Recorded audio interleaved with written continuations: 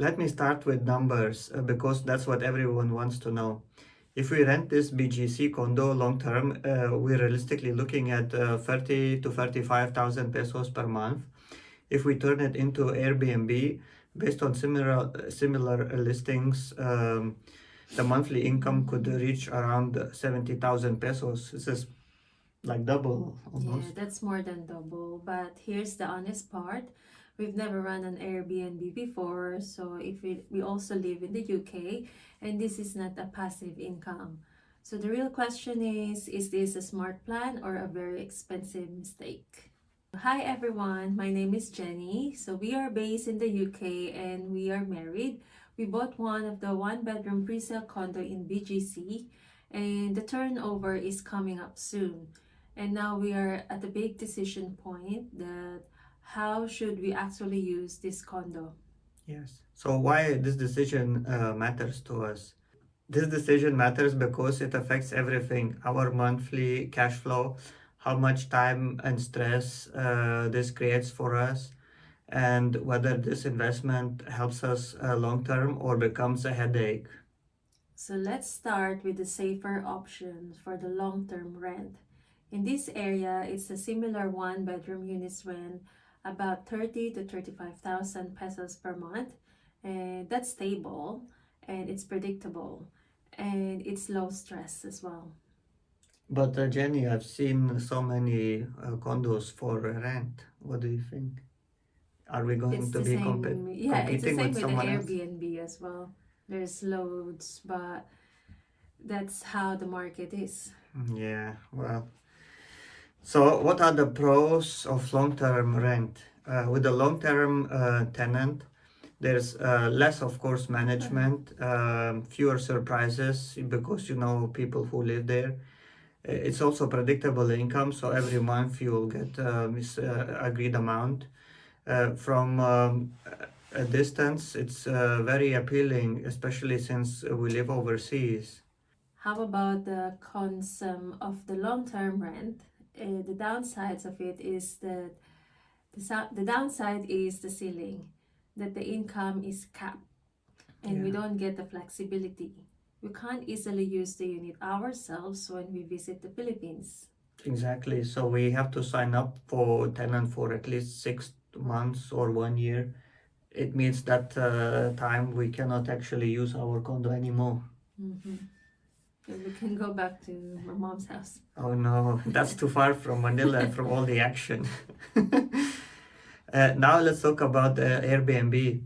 When we look at the comparable Airbnb listings in BGC, especially towers A, B, C, we are seeing potential gross income closer to 70,000 pesos per month because some of the properties I've seen have very few days a month available to book.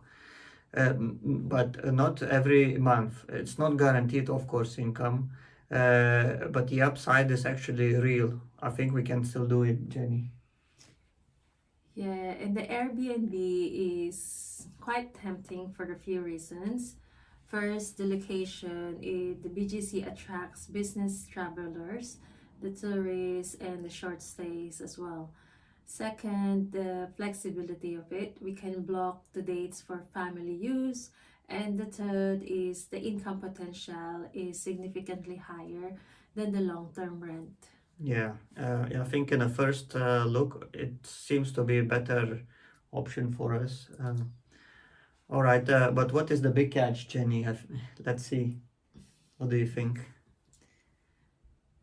But here's the part the Oh, people this is don't my like to line. talk Why are about. you reading Yes. my line? Why you asking me? You're asking me, bastard. But here is the part people don't like to talk about. That Airbnb income is not automatic. It depends on occupancy rates. It depends on reviews of the property. So when we have of property in the first couple of months, probably we won't get many reviews. It's also competition. So many people doing the same thing there. Seasonality as well. So during monsoon season, it's probably not many visitors, and how good your unit actually looks. So that part actually we definitely need to work on. Yeah, so this is where the renovation becomes really important. So we compare the listing in towers A and B, and one thing that stood out that very clearly is the basic unit or the standard one are not getting many bookings. Yeah. They exist, but they're buried under the better listings. Yeah, I've seen it myself, and it's a shame really because some people might just need to somewhere to sleep. They don't really care about design or like utensils, something like that, because they would never cook anyway. So what performs well? So the units that perform very well on Airbnb are fully renovated. They're well designed by designers, professionally photographed. They look appealing and very clearly set up for short-term stays. So they target the actual audience. So for Airbnb renovation is not a luxury. I think it's a requirement, Jenny. We have to invest that money if we want to be successful. Yeah, but reality check that renovations means cost, and it's more money that we have to, the expenses. Furnitures, of Yeah, course, as well, the appliances, the definitely, yes. design costs, is we have to Yeah, hire someone to design it for us, and the setup, and all of this happens before the first guest ever checks in. So yeah, everything is expense, expense, expense. yeah. Also, we need to find a reliable contractor, reliable designer to help us because we are based abroad. So reality check. This is where we had to slow ourselves down because if we spend heavily upfront, we need enough Airbnb income to cover these costs, Jenny. If Airbnb underperforms or the return on our investment stretches out very quickly, and I think that's a risk actually. Yeah, there's really a big risk for that. And this is our biggest concern as well, that we live in the UK, that we not able to manage the Airbnb before, and we're asking ourselves, do we self-manage with the local help, or do we use a fully managed Airbnb service? Yeah, there's a lot of options, and we started looking into these earlier in January. And I think we might make a video on that actually, what we found so far. How can we, or you actually manage your own B&B if you want in Philippines. So self-managed or fully managed, that's another question we need to talk about in this video. So self-managing usually means higher margins but more involvement because you have to, Yes. or someone you trust have to be always there to clean up after our guests. Fully managed services reduce stress, but they also reduce profit because from experience they will take around 10 to 20% cut from the booking. And right now we're still trying to understand what do these services really cost and what these services, what people are actually providing for that cost.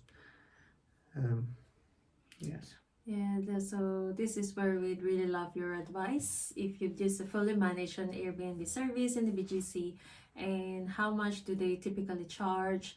What should what should we expect from them, and what Yeah, will you use them again?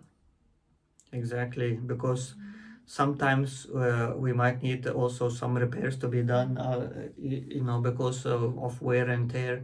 So we would love to know actually what services they can provide. Can they actually, or is just cleaning and taking garbage? Yes.